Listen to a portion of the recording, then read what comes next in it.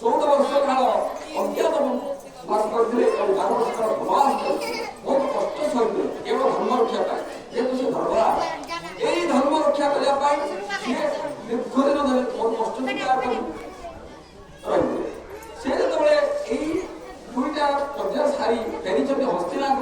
ତାଙ୍କର ବି ରାଜ୍ୟାଭିଷେକ କହିଥିଲା ଆଜିର ଦିନରେ ଏଇ ଚୈତ୍ର ଶୁକ୍ଳ ପ୍ରତିପଦା ରାଜ୍ୟାଭିଷେକ କରାଇଲା ହସ୍ତିନାପୁର ସିଂହାସନକୁ ବର୍ଣ୍ଣନା କରନ୍ତି।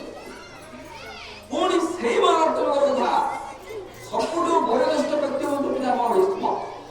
ମହାଭାରତରେ ତାଙ୍କଠୁ ବୟୋଜ୍ୟେଷ୍ଠ ବ୍ୟକ୍ତି କେହି ନଥିଲେ, କିନ୍ତୁ ସେ ଦୁର୍ଯ୍ୟୋଧନର ପୁଅ ଅନ୍ନରେ ପ୍ରତିପାଦିତ ହୋଇ ପାଣ୍ଡବମାନଙ୍କର ଧର୍ମ ବିପକ୍ଷରେ ଯୁଦ୍ଧ କରିବା ପାଇଁ ବାଧ୍ୟ କରାଇଗଲା। ଏବଂ ସେ ଦେଖିଲେ ସେ ବର ଗୋଟିଏ ପାଇଥିଲେ ଇଚ୍ଛା ମୃତ୍ୟୁ ବର। ସେ ଇଚ୍ଛା ମୃତ୍ୟୁ ବର ଯୋଗୁଁ ଯୁଦ୍ଧ କଲେ। ଯୁଦ୍ଧରେ ବହୁତ ସେ ଭାବିଲେ ମୁଁ ଧର୍ମ ବିରୁଦ୍ଧରେ ଯୁଦ୍ଧ କରିଛି, ଅଧର୍ମ ବିରୁଦ୍ଧରେ ନୁହେଁ। ଏଣୁ ସେ ମୋର ମୃତ୍ୟୁ ହେଇଯିବା ଦରକାର। ଅର୍ଜୁନଙ୍କୁ କହିଥିଲେ ବାପା ତୁ ଯଦି ମୋ ଜୀବନ ନ ମାରିବୁ ନବା ମତେ ଯଦି ସମସ୍ତେ ଷଡ଼ଯନ୍ତ୍ର କରିଦେ, ମୁଁ ଷଡ଼ଶଯ୍ୟାରେ 18 ଦିନ କାଳ ରହି ତମର ଅର୍ଜୁନ ଯୁଦ୍ଧ ଦେଖିବି। ଆଜିର ଦିନରେ ଅର୍ଜୁନ ତାଙ୍କୁ ଷଡ଼ଯନ୍ତ୍ର କରିଥିଲେ। ଏଇ ଚୈତ୍ର ଶୁକ୍ଳ ପ୍ରତିପଦା ଦିନ ତାଙ୍କର ଷଡ଼ଶଯ୍ୟା ହେଇଥିଲା ପିତାମହ ଭୀଷ୍ମଙ୍କ। ପୁଣି ଆଉ ଟିକେ ଆଗ ପଛକୁ ଆସିଲା ଆମର 4 ଯୁଗ ସତ ଯେତେ ଧର୍ମ କଳି ଯୁଗ ଉପରେ ଆସିଲା। ଗୋଟେ କଳିଯୁଗ ବୋଲି ଦେଖୁଛେ ବର୍ତ୍ତମାନ ଚାଲିଛି ଆମର କଳିଯୁଗ।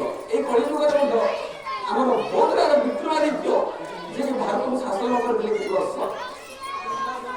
ସିଂହାସନ ପ୍ରାପ୍ତ ହେଲା ତାଙ୍କୁ ଏଇ ମହାରାଷ୍ଟ୍ରରେ ହିନ୍ଦୁମାନେ ଇଂରେଜମାନେ ଚୋରି ନେଇଗଲେ ସେ ଠାକୁର ପୂଜା।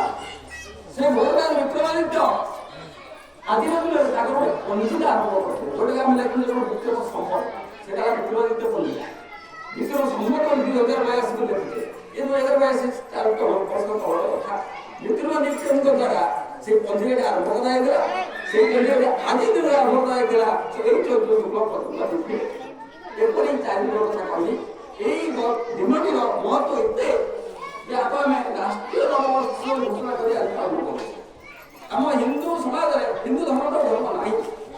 ସତ୍ୟ ସନାତନ ହିନ୍ଦୁ ଧର୍ମ କାହିଁକି? ଇଏ ସତ୍ୟ ଯୋଗୁଁ ସୃଷ୍ଟି ଆରମ୍ଭରେ ଧର୍ମଟି ରହିଛି। ବଢ଼ିଆ ବଢ଼ିଆ ଧର୍ମ ଆସିଛି। ଆପଣ କେତେ ଧର୍ମ ଆସିଛନ୍ତି, କେତେ ପ୍ରକାର ଧର୍ମ ଆସିଛି, କେତେ ଧର୍ମ ଆସିଛନ୍ତି, କିନ୍ତୁ ସୃଷ୍ଟି ଆରମ୍ଭରେ ଧର୍ମ ରହିଛି। ଆଉ ଏଇ ଯୋଉ ଆମର ଚୈତ୍ର ଥିଲା ସୃଷ୍ଟି ଆରମ୍ଭରେ ପାଳନ କରାଯାଉଛି। ଆମ ପୂର୍ବରୁ ଆମ ପିତୃପୁରୁଷମାନେ ପାଳନ କରିଛନ୍ତି। ଏଣୁ ଏଇ ନବବର୍ଷର ମହତ୍ଵ ଏତେ ଯାହା ଭାଷାରେ କହିବ। ଇଂରାଜୀ ନବବର୍ଷ ଅନେକ ପାଳନ କରୁଛନ୍ତି, କେତେ ପଶୁ ପକ୍ଷୀଙ୍କର ଜୀବନ ଯାଉଛି। ସେ ଇଏ ହସ ଖୁସି ମଜା ମହଲ କରିବା ନାଁରେ କେତେ ପାପ ଅର୍ଜନ କରୁଛି। ଇଂରାଜୀ ନବବର୍ଷର ମହତ୍ଵ, କିନ୍ତୁ ଏଇ ନବବର୍ଷର ମହତ୍ଵ ଆପଣଙ୍କ ଭାଷାରେ ବର୍ଣ୍ଣନା କରିପାରିବେ ନା। ଜଗନ୍ନାଥଙ୍କ ପଞ୍ଜିକା ଚୈତ୍ର ଶୁକ୍ଳ ପ୍ରତିପଦା ତିଥି ଆଜି ନନ୍ଦୁର ପଞ୍ଜିକା ଆଜିଠାରୁ ତାଙ୍କର ଶ୍ରୀମନ୍ଦିରରେ ଆରମ୍ଭ। ଆଜିର ଦିନ ଜଗନ୍ନାଥ ମନ୍ଦିର ୟାର ବି କିଛି ମହତ୍ଵ ରହିଛି। ଏଣୁ ଏଇ ହିନ୍ଦୁ ଧର୍ମରେ ଏଇ ଦିନଟି ଏତେ ମହତ୍ୱପୂର୍ଣ୍ଣ ଦିନ ଯେ ଆପଣମାନେ ନିଜ ହୃଦୟକୁ ହୃଦୟ କଲେ ହିଁ ଜାଣିପାରିବେ ଏ ଦିନ ସେଇ କଥା। ଯାହା ବି ହଉ ଆଜିର ଦିନରେ ଏତିକି ମୋର ଆହ୍ୱାନ କରିବା କଥା।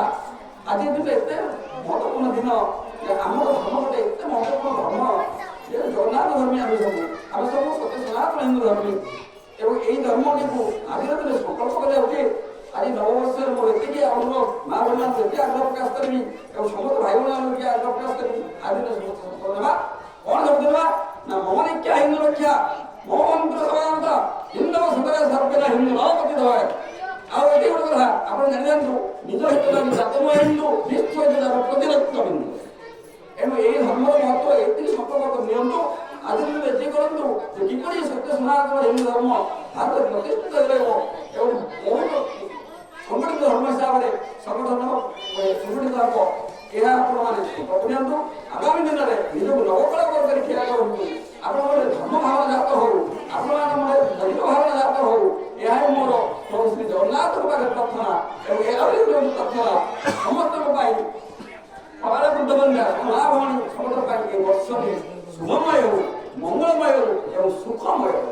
ଏତିକି ମୁଁ ପ୍ରଭୁ ଈଶ୍ୱର ପାଖରେ ଜଗନ୍ନାଥଙ୍କ ପାଖରେ ପ୍ରାର୍ଥନା କରୁଛି ଏବଂ ସମସ୍ତେ ଏହି ଧର୍ମରେ ମଜବୁତ ହୁଅନ୍ତୁ। ମୋ ଇଚ୍ଛା ହିନ୍ଦୁ ରକ୍ଷା ମୋ ମନ୍ତ୍ର ସମାପ୍ତା ହିନ୍ଦୁ ସଦା ସର୍ବନ ହିନ୍ଦୁ ନ ଏହି ଭାବନା ସମସ୍ତଙ୍କ ମନରେ ଜାଗ୍ରତ ହେଉ, ଯାହାକି ଆମର ଧର୍ମକୁ ବହୁତ ସଂଗଠିତ ହେବ।